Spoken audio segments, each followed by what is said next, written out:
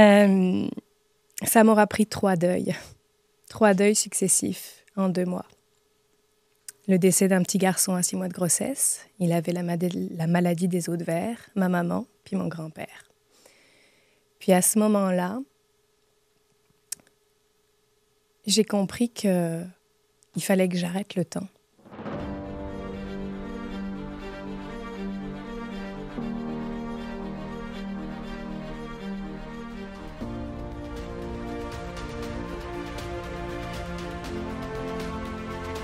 Moi, quand j'ai accouché cet enfant, il était en vie.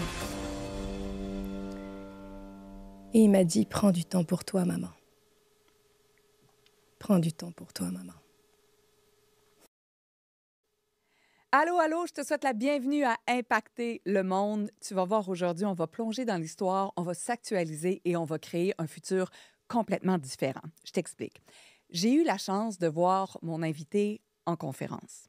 Et elle parlait de l'histoire des femmes et entre autres l'impact des femmes qui ont vécu en 1920.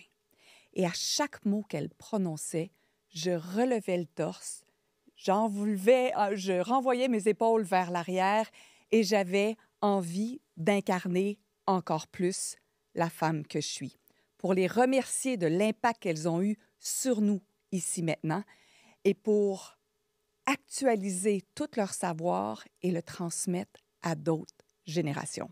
Mon invitée, Sophie Chenel, ingénieure de formation, consultante en affaires. Es-tu prête à impacter le monde? Oh, je suis prête à impacter le monde. T'as entendu l'introduction qui nous a fait frissonner tous les deux. Ah, j'avais des frissons, ça montait. Tu sais, les hautes vibrations qui se connectaient. Puis comme tu as mentionné qu'il y avait aussi les femmes des années 20, ça fait plus de 100 ans qu'elles sont présentes et on n'a plus le choix que de ne pas leur donner la voix. Puis c'est à nous aussi de donner notre propre voix pour les femmes qui vont être derrière nous. Si les gens ne te connaissent pas encore, ils ne savent pas à quel point tu aimes les années 20 et que tu as fait une recherche exhaustive pour voir quel a été l'impact de ces femmes-là. Et je veux vraiment qu'on fasse un tour dans l'histoire pour qu'on puisse vraiment avoir cette sensation-là de bomber le torse un peu plus puis dire, attendez, là, en 2024, 2025, 2026, nous avons un rôle crucial à jouer dans l'évolution, autant sur le plan personnel que professionnel. Donc, qu'est-ce qui t'a intrigué dans les années 20? En fait, si tu veux, les années 20, pour moi, ça a été... c'est arrivé dans une recherche où je voulais que les femmes se réunissent puis réellement incarnent la sororité. Puis pour moi, ce n'était pas le mot sororité qui est beaucoup utilisé, c'est la solidarité féminine. Ouais. Et en fait, la solidarité féminine, dans mes recherches, elle a débuté, et ce mot-là est sorti dans les années 20. Et quand je me suis dit, mais ça sort dans les années 20, on est en 2023, 24, 25, on est 100 ans plus tard, et c'est seulement 100 ans, il y a 100 ans, qu'on parle de solidarité féminine. Donc, c'est un mot qui est jeune. C'est que solidarité féminine est un mot qui est encore très jeune. Absolument, c'est fou. Puis en même temps, on n'a pas le choix que de faire ça. Parce que si on regarde 100 ans plus tard ce qui se passe à travers le monde actuellement, on se retrouve avec des femmes en Afghanistan qui n'ont plus le droit d'aller à l'université pour étudier. On se retrouve avec des Russes, des femmes qui étaient journalistes qui se retrouvent incarcérées. 8 ans d'emprisonnement parce qu'elle a osé dire « je suis contre la guerre ». Et on se retrouve avec, aux États-Unis, des femmes qui se voient retirer le droit à l'avortement. C'est aujourd'hui, là. C'est il y a quelques mois de ça. Il y a 100 ans, ces femmes-là qui t'ont inspiré avaient créé quelque chose de magique. Est-ce que tu peux nous parler de l'histoire de ces femmes-là, puis qu'est-ce que ça vient chercher en toi? D'abord, l'histoire. Mais en fait, elles ont été capables de se relever puis de créer une communauté. Ce sont des femmes qui se sont retrouvées avec des maris partis pour la guerre, à devoir gérer leurs enfants, l'éducation, ce qu'elles ont toujours fait, la nourriture, mais aussi à créer des systèmes d'approvisionnement pour leurs maris, pour acheminer les armes, acheminer la nourriture. Elles ont créé tout un écosystème qui tenait non pas seule leur famille, mais l'ensemble d'une patrie. Et à ce moment-là, en se réunissant, elles se sont retrouvées à créer des interactions, à créer des moments où elles pouvaient plus faire autrement que de se réunir pour créer quelque chose pour plus grand qu'elles. Et ça, pour moi, c'est d'une puissance incroyable parce que quelques années plus tard, quand les maris reviennent, que la guerre a été gagnée, on peut plus leur dire qu'elles sont plus capables puis qu'elles doivent juste rester à la maison. C'est plus possible. Elles viennent de gérer et c'est grâce à elles que la guerre a été gagnée. Parce que c'est toujours l'arrière-scène qui soutient ce qui est visible, qui fait toute la différence. L'arrière-scène qui soutient ce qui est visible. Et là, on voit 100 ans plus tard, oui, il y a encore des avancées incroyables. Il y a de plus en plus de solidarité féminine, mais il y a encore ces endroits-là où la femme recule. Donc, c'est à nous aussi à être en soutien pour ramener le droit aux femmes. Absolument. En fait, moi, je pense que quand une femme s'unit, ben, c'est la seule possibilité qu'on ait de s'élever. Parce que même si les hommes qui nous soutiennent aujourd'hui nous croient dans toutes nos capacités capables de réussir quoi que ce soit, j'ai un mari incroyable, c'est pas le défi aujourd'hui. Mais quand on s'unit, là, notre voix porte. Et quand notre voix porte, ben, c'est là aussi où on crée l'opportunité aux femmes de ne plus avoir l'étiquette juste de la maman, juste de la femme d'affaires, de juste leur permettre de s'exprimer à travers toutes leurs facettes. Oui, c'est Impacter le monde, le podcast. Création de contenu, c'est ça, c'est mettre en valeur, partager sa voix, s'écrire. Et toi aussi, comme entrepreneur, c'est ça que tu veux, partager votre message, rendez-vous visible. Cessez d'avoir peur parce que nous, on a la chance d'avoir pas de danger si on parle. Oui, absolument. Puis, en fait, dans cet événement Libère ta visibilité, c'était vraiment de pouvoir s'afficher comme on est, tel que l'on est, mais aussi d'oser. Parce que c'est pas le tout de s'afficher, il faut aussi être capable de soutenir, en fait, ce qu'on est en train de partager.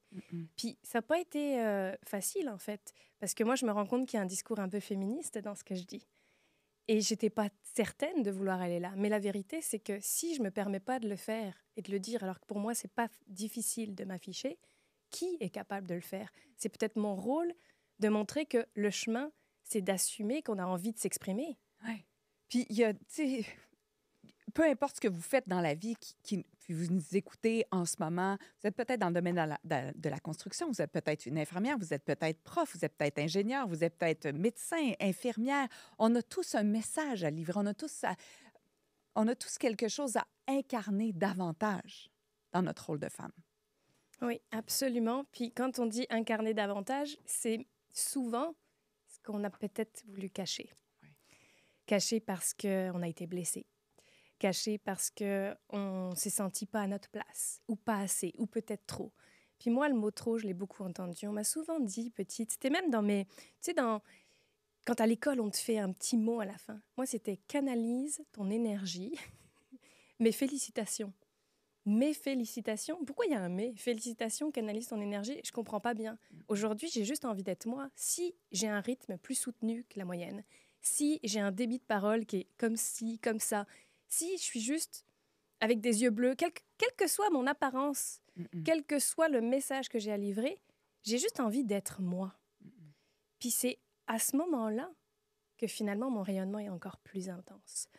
Parce que je suis plus en train de me batailler avec des croyances extérieures. Je suis juste tellement alignée que mon message, il transparaît. J'ai même plus besoin de parler même. Ça s'incarne, puis je suis. Et ça a déjà un impact dans mon énergie et dans l'énergie des gens autour de moi. Comment pouvons-nous nous incarner davantage en tant que femme, en tant qu'homme, en tant qu'humanité?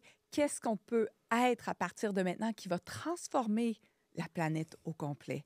Tu arrives d'un milieu, parce que là, on parle et on a commencé directement dans le vif du sujet sur la solidarité féminine, mais attendez, là, tu arrives d'un milieu d'hommes, tu es ingénieur de formation, tu as travaillé sur des gros projets où tu étais en minorité.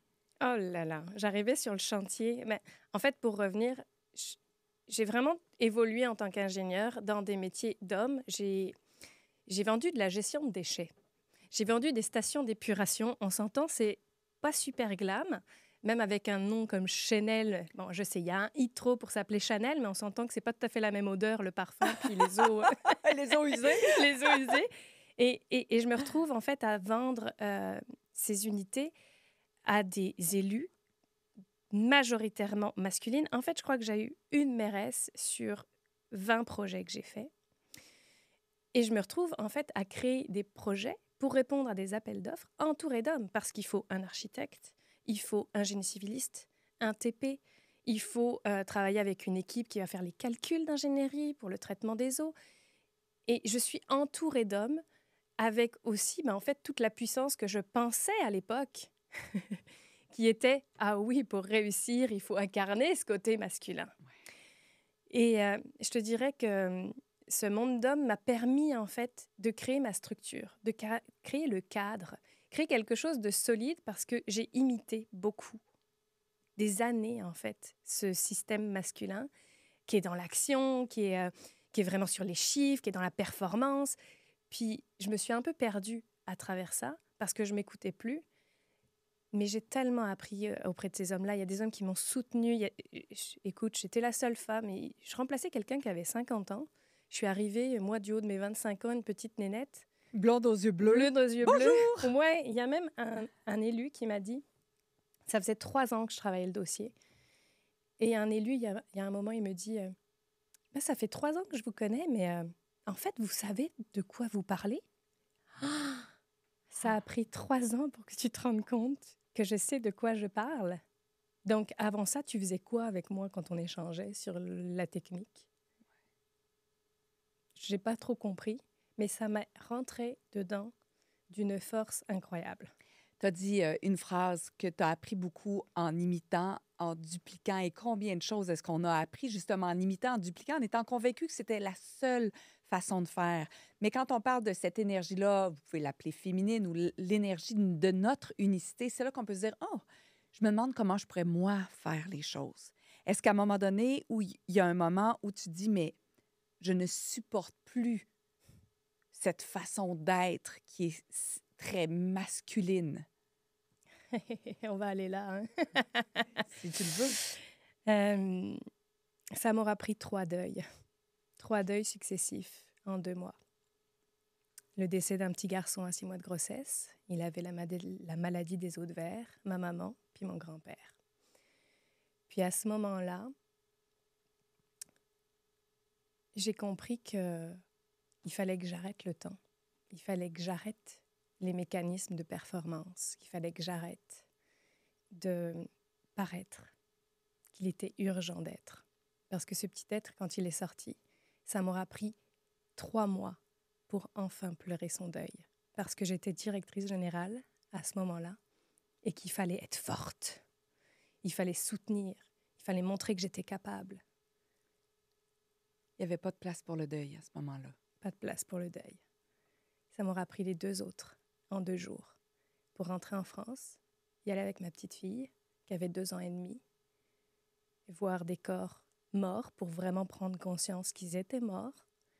Et en revenant, je me suis dit, il y a un message, Sophie, il est urgent que tu l'écoutes. Et c'est comme ça que je suis rentrée dans une formation de PNL, programmation neurolinguistique, et que j'ai appris à comprendre qui j'étais, vraiment. Et est-ce qu'à un moment donné, tu as reçu un message de l'enfant qui avait quitté son corps? Ah là là. On a pris la décision d'arrêter de faire battre son cœur avant que j'accouche, parce que je ne voulais pas le voir essayer de respirer alors qu'il n'avait pas la capacité de vivre. Et pourtant, moi, quand j'ai accouché cet enfant, il était en vie. Et il m'a dit, prends du temps pour toi, maman. Prends du temps pour toi, maman. Je ne savais pas du tout ce que ça voulait dire. 4 mois plus tard, je me retrouve en hypnose, première fois en contact avec l'hypnose grâce à la PNL, et c'est là où je pleure réellement le décès de mon petit garçon. Le soir même, je décide de finir la formation, en fait, de mettre une pause, puis je dis à mon mari, écoute Nico, ça fait trop longtemps que je me dis que je veux faire quelque chose avec mes mains pour faire off sur le cerveau, je pars pour créer quelque chose qui est plus grand que moi. Créer avec mes mains, simplement créer. Je suis partie dans un Airbnb, puis j'ai créé ma première peinture à vie, et elle est magnifique. C'est là que tu avais compris que ton expression passait par autre chose que le rationnel. Absolument. par autre chose que le faire. Oui, il y avait le faire dans la peinture, mais il y avait beaucoup plus de être là-dedans. Ouais, j'étais pas dans le faire. En fait, je voulais que tellement j'avais besoin de sortir de cette mission de faire. Ma vision, c'était qu'il fallait que je fasse quelque chose avec mes mains de plus grand que moi. Comme si que, en devant sculpter quelque chose qui était plus grand que moi, que je n'arrivais même pas à voir le recul quand j'étais en train de le faire, bien que je vois qu'il se crée quelque chose de au-delà de ça, au-delà de ce que je fais et que mes actions sont une pierre en fait à l'édifice de ce que je peux bâtir avec le reste du monde. Je suis plus seule en fait. Puis ben, maintenant, je suis encore moins seule puisque j'ai mon petit être dans les étoiles avec ma maman. Ce que je comprends à travers ces jobs-là qu'on a fait, que tu as fait, peut-être que les gens qui nous écoutent en ce moment sont pris, c'est qu'il y a une forme de loyauté, mais une loyauté qui est toxique. Parce que la loyauté n'est pas envers nous-mêmes et envers nos besoins ou ce qui est requis.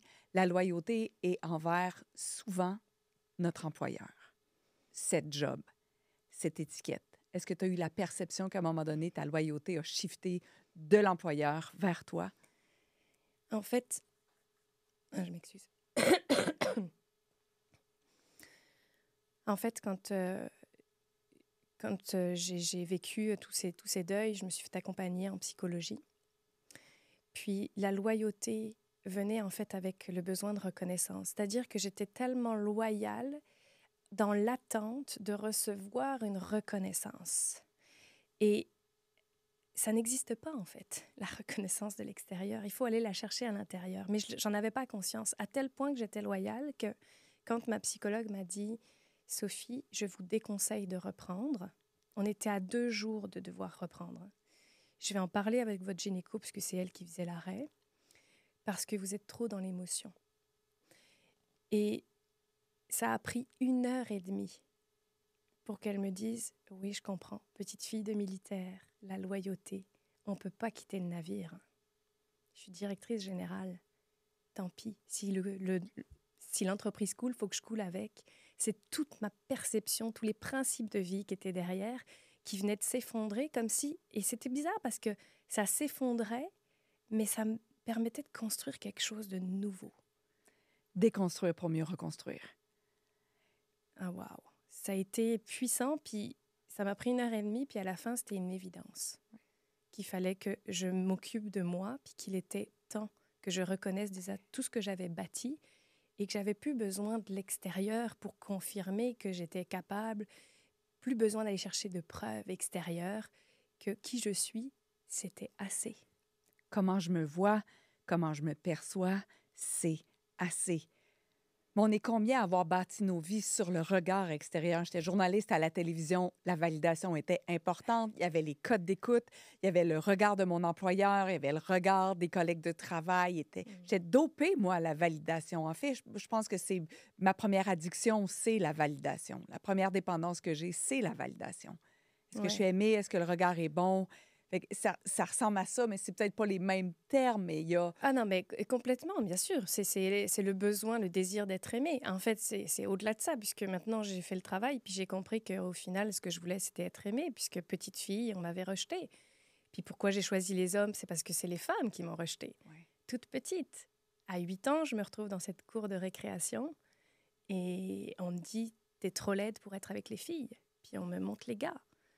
Puis à 8 ans, j'ai beau chercher le regard dans les amis proches que j'ai, je ne trouve pas de soutien.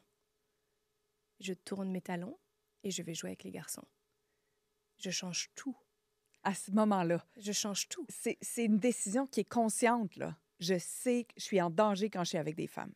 Exactement. Je passe de la danse classique au karaté. Je change de musique. Je suis plus avec les filles à la musique. Je vais dans une chorale. Par la suite, tous mes choix, je veux dire. J'ai pris la décision de changer de lycée parce qu'il y avait trop de filles. Donc, j'ai choisi une option sciences de l'ingénieur pour me retrouver dans un lycée où il y avait beaucoup plus d'hommes. Quand je me retrouve en école d'ingénieur, la première chose que je fais, c'est oh, on est 100, il y a 65 filles. Qu'est-ce que je vais faire là? 2e année, option matériaux. OK, on est 5 filles. Toutes mes décisions ont été prises. Maintenant, je sais. Oui. Mais avant, je ne le savais pas, mais toutes mes décisions ont été prises pour me sortir, en fait, de l'aspect féminin pour me protéger, Wow. pour la croyance que ça me protégeait. Hey, on a tellement fait de chemin en à peu près 15 minutes parce qu'on a commencé avec la solidarité féminine. On a commencé avec l'histoire des femmes, comment toi tu voyais les femmes. Et là, on vient de faire on a bifurqué vers cette histoire-là où tu as tout fait pour éviter le regard des femmes. Et ce mariage-là, cette réconciliation, arrive quand? Quand tu décides, OK, attends, il y a quelque chose de plus grand que je peux faire et je me retourne et j'ouvre mon cœur vers les femmes. J'ai commencé l'entrepreneuriat en voulant travailler sur la carrière des femmes. Puis, 1 an plus tard, je fais ma première conférence où je parle de leadership.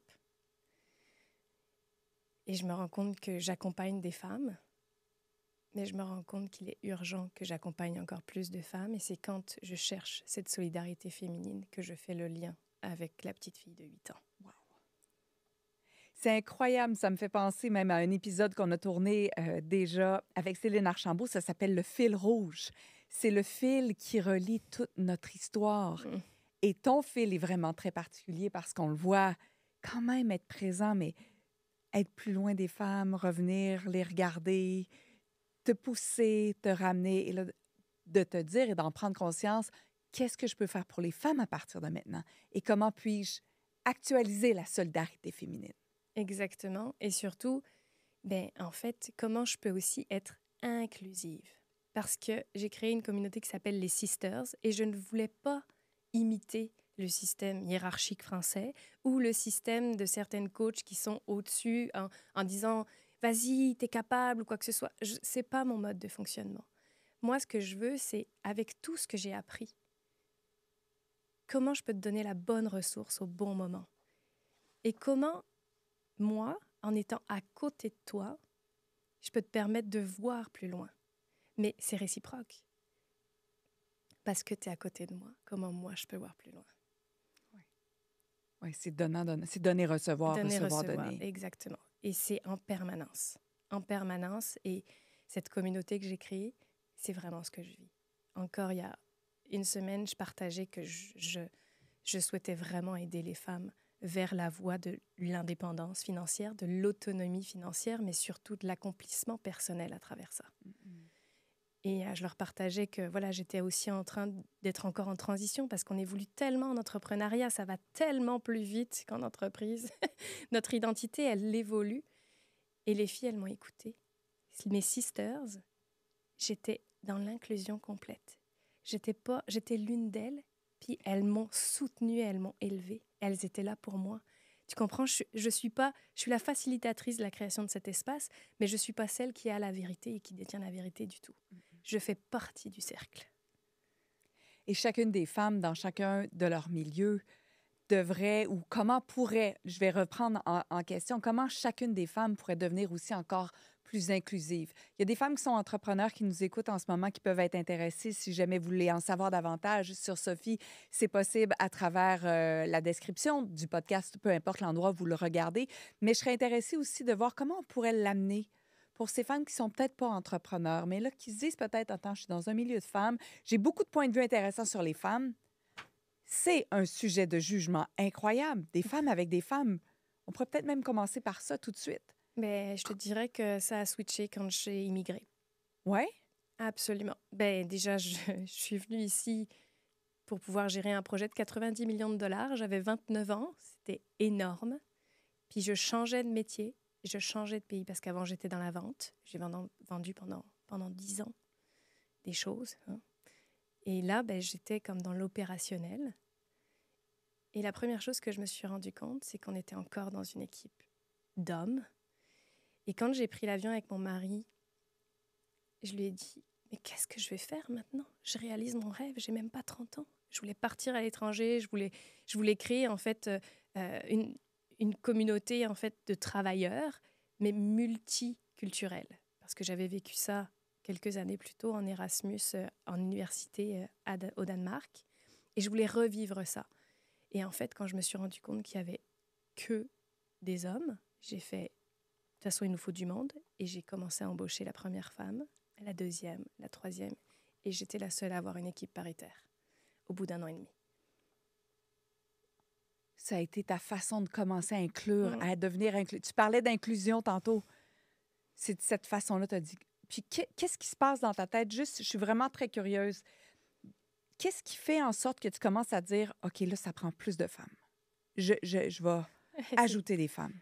Ben, en fait, je pense que c'est l'aspect politique qui commençait à bouger. Ou dans les conseils d'administration, ils annonçaient qu'il allait y avoir plus de parité. Ou qu'il fallait, en fait, ils ont imposé des quotas de 50-50. On peut trouver bon ou mauvais, mais moi, ça me dérangeait parce que c'est comme si aussi, ça veut dire on ose se limiter. Si finalement les femmes sont mieux, on pourrait en avoir 8, s'il Oui. vous plaît. Ça pourrait être 75-40. Finalement. 75-40. Tu vois que j'ai arrêté les maths assez rapidement. Mais tu comprends que ça me gênait un peu de ce côté-là, mais Ouais. ça a permis réellement. Wow. Ça a été un vrai impact pour la posture, en fait, de oui, il nous faut plus de femmes. Donc, oui, les femmes, il y a eu des appels, en fait, aux femmes à se positionner. Parce qu'en fait, la difficulté, c'est que les femmes, elles ont plein d'idées, on est ultra opérationnel. S'il y a quelque chose à faire, on va tout organiser pour que ça fonctionne. Mais on ne le fait pas pour nous. On le fait pour l'autre. L'autre en général. Les enfants, les amis, le mari, Les la patrons, conjointe, les ouais. patrons. Ouais. Mais on n'arrivait pas à le faire pour nous. Puis ben, quand j'ai pris ce rôle-là, puis que je me suis rendu compte qu'il fallait du monde, que c'était plus possible autrement, puis j'étais pas la directrice, j'étais la directrice adjointe. Mais j'ai cherché à avoir des CV et j'ai changé la méthodologie pour avoir des femmes. Parce que les femmes ne répondent pas à un CV si elles ne répondent pas à tous les critères et compétences que l'on demande. Donc, simplement en mettant compétences exigées, ça, et un plus, tendance pour apprendre ça. Il y en a qu'elles ont déjà, parfait. Mais simplement en mentionnant que le métier ou l'emploi qu'elles vont vivre vont les amener plus loin à apprendre et à maîtriser une compétence, à acquérir une compétence, ben, j'avais 10 CV de femmes.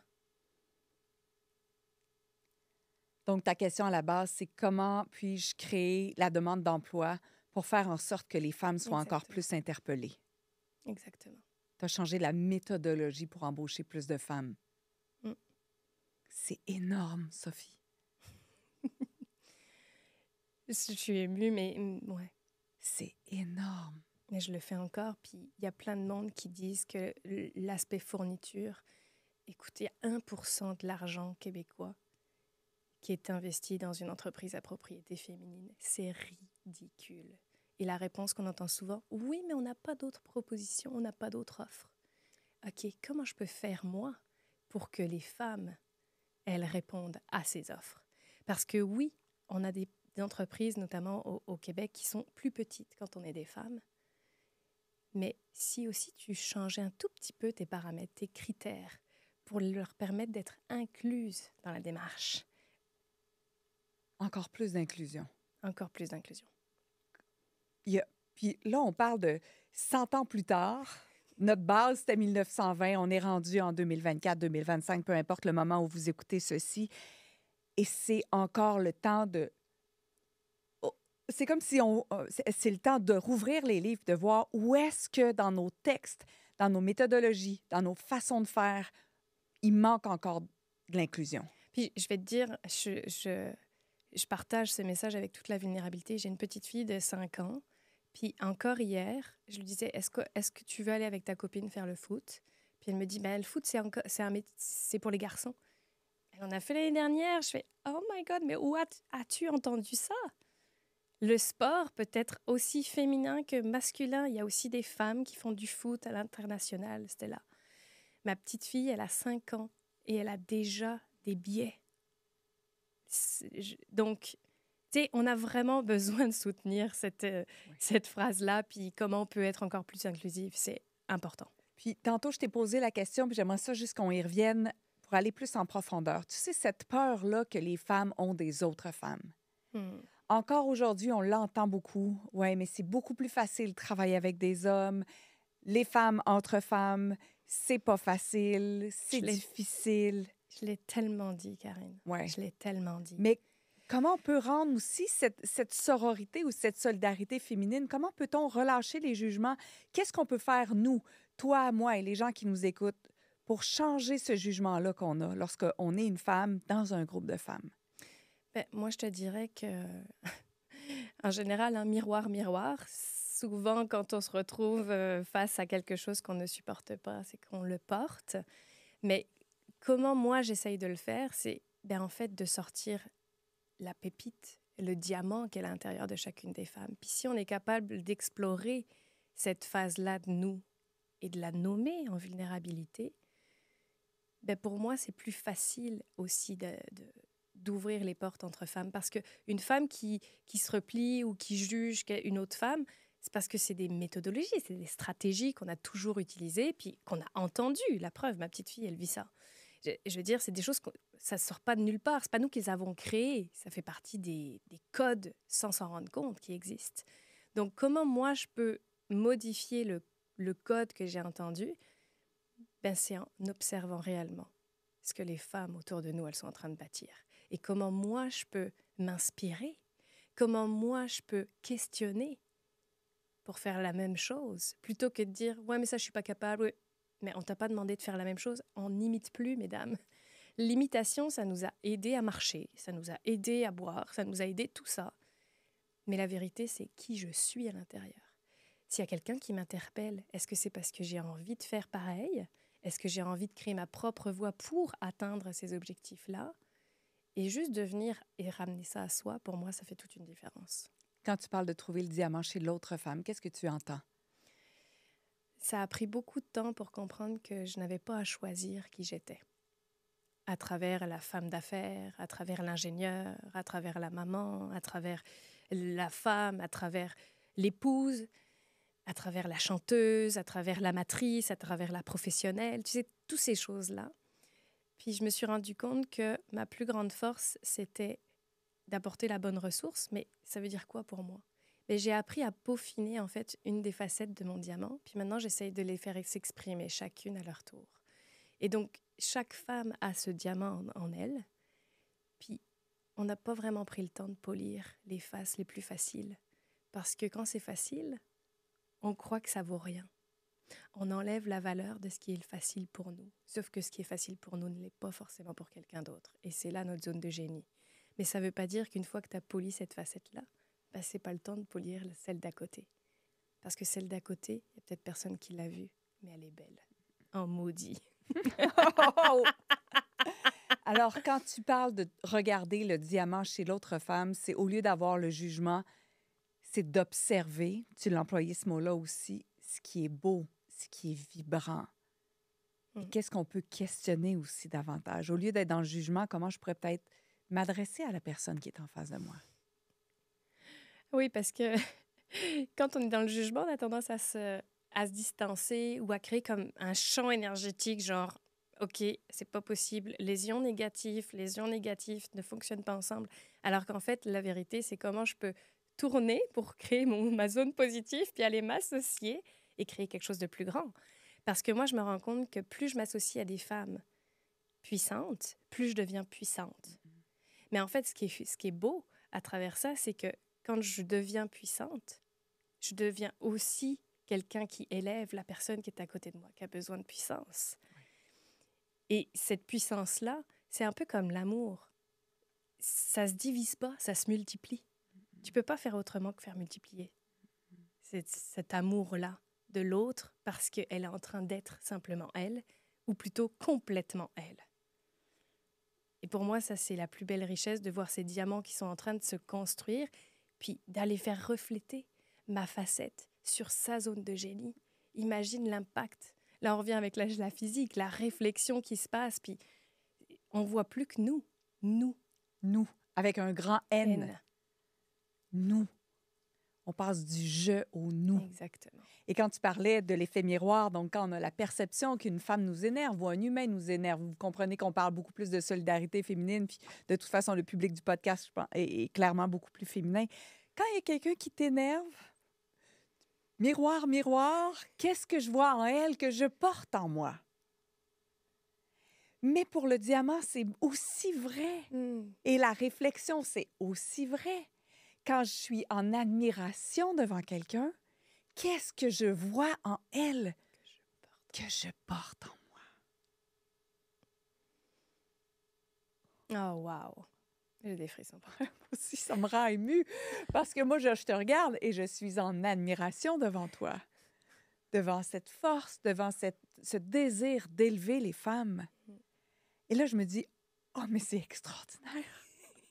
Je le porte en moi! Je le porte moi aussi. Puis les relations, c'est fait pour ça. C'est fait pour apprendre qui nous sommes complètement.